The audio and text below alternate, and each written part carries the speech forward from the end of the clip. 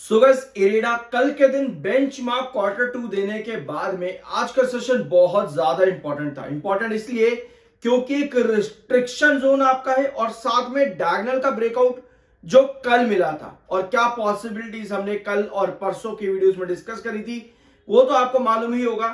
Video को and तक देखना, बहुत कुछ यहां पर डिस्कस करेंगे। चार्ट पैटर्न पे दो तरीके के पैटर्न यहां पर समझेंगे, एंड तक देखना। वी आर NISM 7 सर्टिफाइड, तो सब्सक्राइब जरूर कर देना। शुरुआत करते हैं सबसे पहले आपकी लास्ट वीडियो के डिस्कशन से। तो लास्ट वीडियो में हमने ये डिस्कस किया था कि जो ये आपका डायगोनल है ना, यहां पर आपका ब्रेकआउट तो मिला है, कल जो ब्रेकआउट मिला था, बट इस डायगोनल के ऊपर सस्टेन करना जरूरी है। आज भी जो आपका डायगोनल के बाद रिस्ट्रिक्शन आता है 160 के पास में, स्टेबल बनने की कोशिश हुई लेकिन 160 के आसपास आया। 158 पॉइंट समथिंग का आज के दिन का हाई है, वहां जाते ही सेल ऑफ आज के दिन आया है आपके इरेडा के अंदर। अब ये सेल ऑफ आने के बाद में जो क्लोजिंग है आपकी स्टिल इस डायगोनल के ऊपर ही हुई है।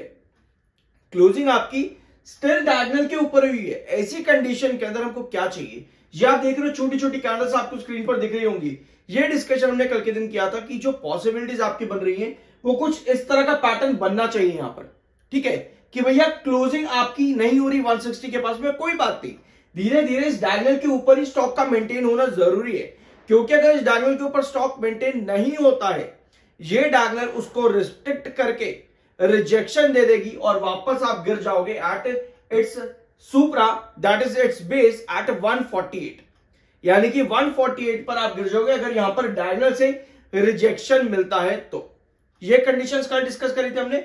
अब आते हैं आपके नंबर्स, तो मैंने कल के दिन डिस्कस कर दिए थे, कोई बात नहीं, वीडियो के आखिर में एक बार फिर से डिस्कस कर लेंगे अगर आपने कल का वीडियो नहीं देखा है, नंबर्स के बारे में आपको नहीं मालूम है तो, ठीक है। सो वॉल्यूम कल के दिन काफी ज्यादा हुआ था। कितना वॉल्यूम आया था? 5 करोड़ का वॉल्यूम आया था। डिलीवरी 15% की आई थी। एक चीज आपने कई बार नोटिस करी होगी मार्केट के अंदर कि जब भी स्टॉक में एक बड़ा ब्रेकआउट आता है, जैसे कल के दिन ब्रेकआउट था, डायगोनल के ऊपर का ब्रेकआउट था लगभग 3.5% का, ठीक है, आपका वॉल्यूम बहुत ज्यादा चढ़ा कल के दिन। कल आपका वॉल्यूम बहुत चढ़ा लेकिन डिलीवरी मात्र 15% की आई थी। अब जब भी आपको इस तरह की कंडीशन नजर आ रही हो ना, आपके पास क्या होता है, एक ब्रेकआउट आया, ठीक है, आपके पास लगातार आपके पास स्टॉक में लो वॉल्यूम और हाई डिलीवरी चल रही थी। उसके अगले सेशन के अंदर एक सेशन ऐसा आता है जहां पर आपको एक बड़ा ब्रेकआउट मिलता है। आपको ये नोटिस करना होता है कि उस बड़े ब्रेकआउट के दिन के आखिर में आपके पास वॉल्यूम क्लोजिंग में कितना आ रहा है और डिलीवरी कितना आ रही है। अगर डिलीवरी आपकी बहुत ज्यादा गिर जाती है तो उस कंडीशन में अगला सेशन कंटिन्यू करेगा उस ब्रेकआउट को, लेकिन दिन के आखिर में जाते जाते आपके पास सेलिंग आएगी ही आएगी। 90% ये चीज आपको बार बार देखने को मिलती है स्टॉक्स के अंदर। वॉल्यूम बढ़ जाता है, डिलीवरी गिर जाती है, अगले सेशन के अंदर कंटिन्यू करने की कोशिश करता है ब्रेकआउट को, बट दिन के आखिर में सेल ऑफ आता है और फिर से आपको वॉल्यूम कम और डिलीवरी भी कम आती है। और यही कंडीशन आज भी हुई है। 3 करोड़ का वॉल्यूम आया है और डिलीवरी आपकी लगभग आई है कितनी, 18 से 20% के आसपास। यानी अब आपको क्या चाहिए, वापस से स्टेबिलिटी चाहिए, बेस बनाना है, डिलीवरी ज्यादा चाहिए आपको। ये बहुत इंपॉर्टेंट क्राइटेरिया है, वॉल्यूम डिलीवरी। हम लोग उसको मिस कर देते हैं, हम कहते हैं कि भैया क्या ही करना है इसका, बट यस, अगर आप लॉन्ग टर्म इन्वेस्टर हो तो आपके लिए डेली बेसिस पर वॉल्यूम डिलीवरी कितना चल रहा है ये सब देखना जरूरी नहीं है। आपके लिए कंपनी के फाइनेंशियल फंडामेंटल, कंपनी का फ्यूचर बिजनेस कितना ग्रोथ कर सकता है, इन सब चीजों को गो थ्रू आपको करना पड़ता है। बट अगर आप शॉर्ट टर्म इन्वेस्टर हो तो आपके लिए ये चीजें बहुत ज्यादा मैटर करती हैं, समझ करके काम करना, ठीक है। टेक्निकल पॉइंट ऑफ व्यू पे 74.5 का MFI जो कि बेयरिश है, 57.1 का RSI है, यानी न्यूट्रल प्लस बेयरिश टेक्निकल अभी इस समय है आपके इरेडा के अंदर। अब मार्केट एक्सपर्ट्स का क्या कहना है इरेडा को लेकर के, तो ये है आपके मार्केट एक्सपर्ट्स का ओपिनियन। और जूम इन करते हैं इसको, अब जूम आउट करते हैं। सब्सक्राइब कर दिया करो, अच्छा लगता है, पैसे नहीं लगेंगे इस चीज के। According to market experts or technical research analyst in Choice Broking, Choice Broking की तरफ से यहां पर जो है आपके इरेडा में टारगेट है, बाइंग की रेटिंग है और अपसाइड पोटेंशियल 13% का है। 154 से अभी आपकी क्लोजिंग कितने पे आई है, 154 के आसपास, यही चेक कर लेने एक बार। तो 13% अपसाइड पोटेंशियल है, यानी कि जो टारगेट इसमें जाता है 13% के हिसाब से 175 का और 145 का आपका एसएल होना चाहिए स्टॉक के अंदर। ये है अकॉर्डिंग टू मार्केट एक्सपर्ट्स। अभी इस समय स्टॉक की पोजीशन क्या है, इरेडा क्या शो कर रहा है, साइन ऑफ स्ट्रेंथ, मेंटेन क्या कर रखा है, अपसाइड मोमेंटम। ब्रेकआउट अगर बनता है यहां पर कंसोलिडेशन फेज के साथ में तो आपका जो पोजीशन है वहां पर आपको falling trend line on the daily chart आपको देखने को मिल रहा है और पोटेंशियल जो है वो सेंटीमेंट न्यूट्रल प्लस बुलिश है। ठीक है, आपके सेंटीमेंट जो है वो न्यूट्रल प्लस बुलिश सेंटीमेंट इस समय बने हुए हैं और सस्टेनेबल ब्रेकआउट की पॉसिबिलिटी इस समय according to technical research analyst at Choice Broking. अब भैया इतनी सारी चीजें 13% के लिए इतना कुछ हम क्यों पढ़ेंगे? और आपका कमेंट भी होगा, जिसने कमेंट किया था कमेंट बॉक्स में बताना कि भैया मेरा ही कमेंट था कि भाई इतनी रिसर्च करके क्या करेंगे? करनी पड़ती है, पैसा आपका है किसी और का नहीं है। अगर अपने ही पैसे के लिए रिसर्च नहीं करोगे तो भैया करने क्या आए? ठीक है, तो ये सब है मार्केट एक्सपर्ट्स की तरफ से।